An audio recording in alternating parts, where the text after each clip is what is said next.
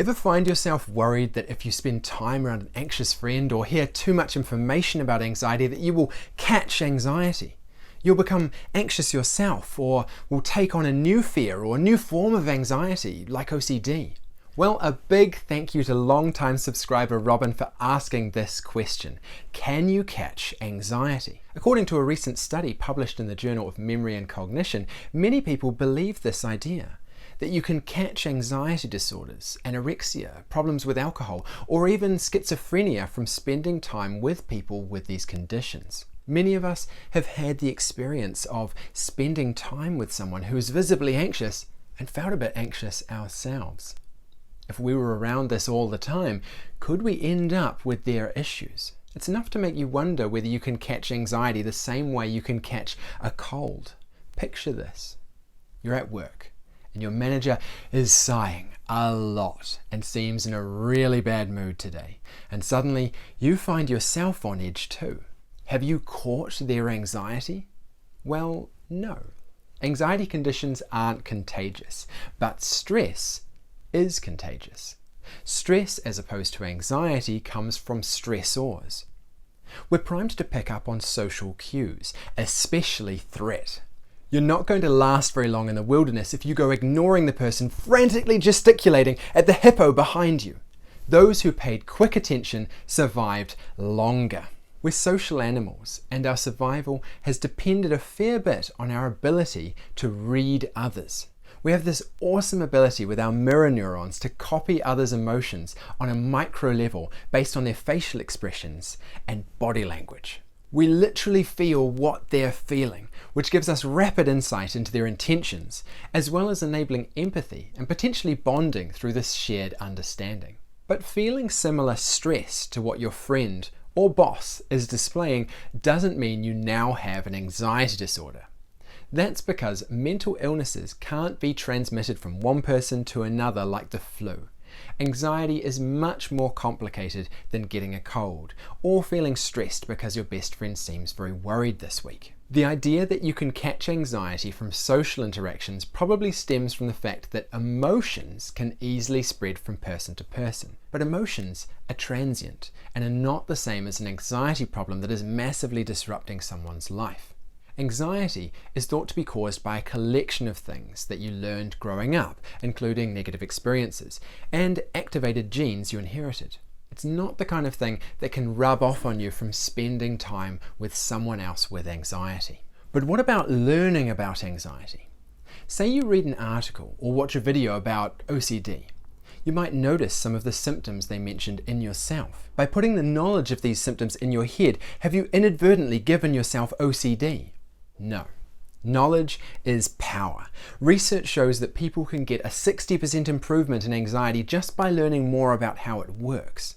What is likely happening is an increased recognition of some of these anxiety traits in yourself that you already have. For most people, these are going to be minor.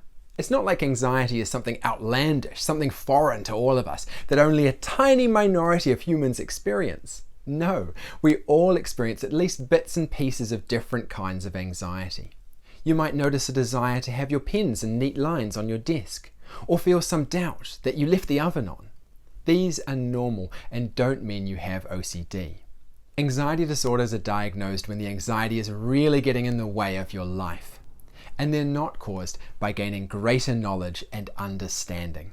Neither, as we learned earlier, are they caused by being around people with anxiety. What you can catch is stress or transient emotions as your brain mirrors and empathizes with their emotions. If you need to reduce this stress for a bit, here are my top 5 tips to do so. You can engage in compassionate detachment. Those mirror neurons I mentioned earlier. If you need a break from mirroring someone else's emotions, then you can block these, just like you would block a mirror to prevent it reflecting light. Imagine yourself as a detached observer. Be attentive, kind, and respectful, but not so emotionally involved that you feel responsible for their problem. You may like to envision something you love or that makes you feel calm. It's not the situation you're in, but what's in your head that your emotions will respond to. This strategy also helps because you don't pressure yourself to fix something that's outside of your control and thus feel helpless and frustrated. You can set clear boundaries. Notice when you're going beyond your bounds, maybe spending more time with someone who is struggling than you're willing to. One of the first things you'll notice is a feeling of resentment. Pay attention to this and set your boundaries accordingly. It's telling you what your needs are. Push it too far and you can end up doing more harm than good with angry outbursts or passive-aggressive behavior. It doesn't have to be all or nothing. If things are very intense at one point in time, you can separate from them temporarily and spend time with them again once they've had a chance to think things through or talk to someone else. It can be a good idea to write your thoughts down. Doing so can help you organize your thoughts and better cope with your emotions. Once down on paper, ruminations no longer play on an endless loop inside your head. Or you can talk to someone you trust. Researchers have found that while you can pick up on someone's stress or anxiety and feel stressed yourself, the reverse is also true. Talking something over with someone you trust can reduce your stress and help you feel better. And don't worry, it's not an endless cycle of people making each other stressed. It bonds us and the stress fizzles out as we share, as we don't have strong thinking patterns of our own to maintain it away from the source. Lastly, you can make sure you have a strong psychological health routine. If you're feeling quite stressed or anxious because of being around or hearing about others' anxiety, it's likely that your own mental health could do with a top-up. To do that, you'll need a healthy self-care regime. Invest time in finding things that relax and recharge you and which you can do routinely. It doesn't have to be extravagant, but it does need to be purposeful and meaningful to you. Whether it's yoga, woodworking, or having a weekly game night with friends, find something you find fulfilling. Then actually pursue it on a regular basis. If you're exposed to stress when you haven't been taking care of yourself, you'll find that you're more irritable and have a lower tolerance for others' problems. So build up your resiliency by taking good care of yourself first. That all said, not all stress is bad. Sharing in the emotions of those around us, while stressful, can lead to a greater sense of closeness. So if you've been worried about catching anxiety and have been keeping useful knowledge about anxiety and other people's emotions at arm's reach, work on building up your own mental health. Then you can give others who are struggling a shoulder to lean on. People living with anxiety suffer from enough stigma as it is.